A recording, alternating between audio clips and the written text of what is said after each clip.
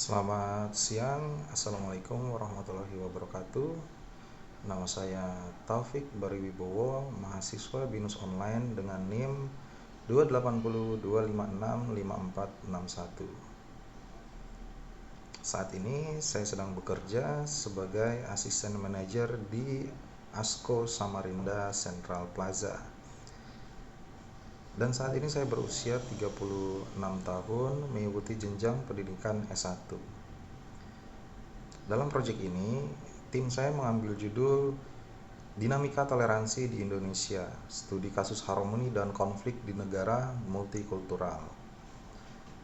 Adapun latar belakang masalah dari proyek ini adalah kita Indonesia sebagai negara yang plural dengan beraneka ragam budaya, etnis, agama, dan ras, serta adat istiadat, sering terjadi konflik politik maupun agama yang berkepanjangan. Seperti contoh yang saya tangkap dari Google, ada 23 kasus pelanggaran kebebasan beragama terjadi sepanjang 2024. Kemudian ada maraknya konflik bernuansa SARA, suku, agama, ras, dan antar golongan. Sementara dari Menteri Agama Yakut, dunia tak baik-baik saja, konflik agama masih sering terjadi.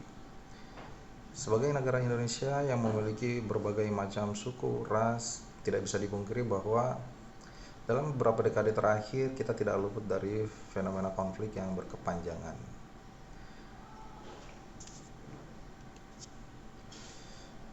Kemudian dalam proyek ini kami merumuskan masalah yang pertama, bagaimana dinamika toleransi dan konflik yang terjadi di Indonesia sebagai negara multikultural.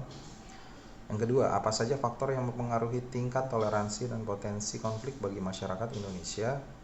Yang ketiga, bagaimana peran kebijakan pemerintah dan institusi sosial dalam menjaga keharmonisan dan mencegah konflik berbasis perbedaan. Apa strategi yang dapat diterapkan untuk memperkuat toleransi dan meningkatkan harmoni sosial di Indonesia.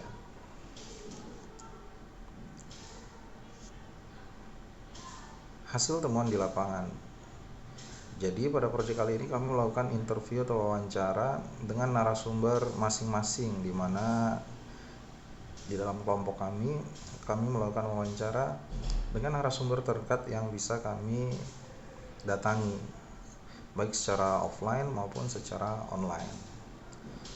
Hasil temuan di lapangan dalam proyek kali ini adalah perbedaan agama sering menjadi sebuah sumber konflik, namun sebenarnya perbedaan agama bukanlah sumber konflik, bisa menjadi kekuatan positif bila disertai sikap saling menghargai. Konfliknya justru muncul karena intoleransi, perangsangan, dan manipulasi kepentingan tertentu. Kemudian kurangnya pemahaman agama secara mendalam. Jadi semakin kita kurang keyakinan, akan semakin mudah untuk diadu domba.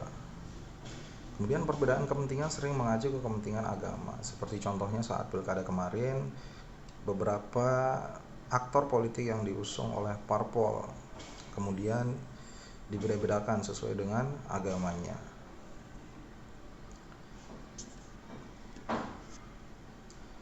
Dari hasil wawancara, solusi yang ditawarkan adalah dengan mengadakan pendidikan toleransi berbasis agama. Jadi lembaga-lembaga keagamaan di masyarakat maupun dari pemerintah dapat mengintegrasikan pendidikan toleransi dalam kegiatan pengajaran rutin, dimasukkan ke dalam kurikulum. Kemudian bisa dilakukan dialog lintas agama dan komunitas. Nah, ini penting karena nanti dari dialog tersebut masyarakat akan bertemu titik pandangnya dari sudut pandang yang berbeda, kemudian menjadi satu. Keterlibatan tokoh agama sebagai agen perdamaian. Nah, ini yang sangat penting. Setiap Jumatan di masjid maupun nanti hari Minggu di gereja, setiap tokoh agama, baik pendeta maupun penceramah, seharusnya menjadi tokoh sentral yang menjadi sumber dari perdamaian, bukan malah memecah belah umat. Kemudian pemberdayaan remaja dalam kegiatan lintas iman. Remaja itu sangat rentan apabila tidak diberdayakan, sehingga perlu adanya kegiatan-kegiatan yang menjadi sumber di mana remaja-remaja ini dapat kita arahkan untuk kemudian mengajak remaja tersebut aktif dalam proyek kegiatan sosial. Kemudian penyebaran nilai positif di media sosial. Nah, ini yang sangat rentan terjadi. Media sosial saat ini sepertinya tidak ada filter yang begitu dalam, sehingga media sosial sangat menjadi sebuah ancaman dikarenakan komen-komen negatif, kemudian hoax-hoax yang bertebaran di media sosial itu akan menjadi sebuah ancaman. Nah, dari proyek ini, dari refleksi pribadi saya sebagai seorang mahasiswa dan karyawan, proyek ini sangat berarti bagi saya. Dalam konteks hubungan antar manusia, kita harus selalu memiliki toleransi dengan sesama. Adapun saya saat ini sedang ditugaskan di Samarinda, saya harus mulai beradaptasi dengan teman-teman yang baru tentunya. Teman-teman yang berbeda suku, teman-teman yang berbeda ras, berbeda agama, berbeda keyakinan, saya harus beradaptasi. Dan sebagai seorang leader di toko, saya harus bisa merangkul semuanya, baik dari teman-teman yang beragama lain maupun dari teman-teman yang berbeda suku. Saya suku Jawa, misalnya teman-teman saya dari suku Banjar, suku Dayak, suku Makassar, suku Minahasa, banyak sekali. Jadi saya harus bisa beradaptasi dengan mereka.